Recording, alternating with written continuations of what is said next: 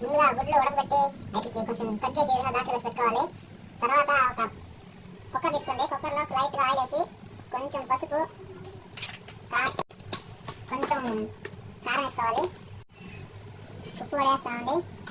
అన్నీ వేసుకొని ఇప్పుడు మనం ముందుగా పెట్టుకున్న కోడిగుడ్లు ఒక్కొక్కటి దీంట్లో వేసేస్తున్నాం. ఫస్ట్ దీన్ని కలబెట్టేసుకున్నాం.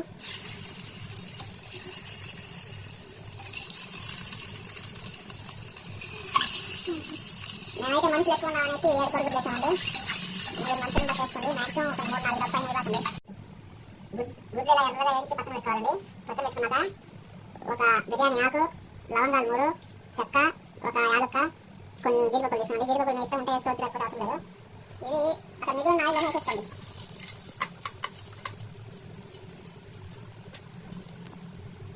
వేసుకొని కొంచెం మెల్లగా ఇట్లా బాగా ఫ్రై అయ్యే వరకు ఫ్రై చేసుకోండి.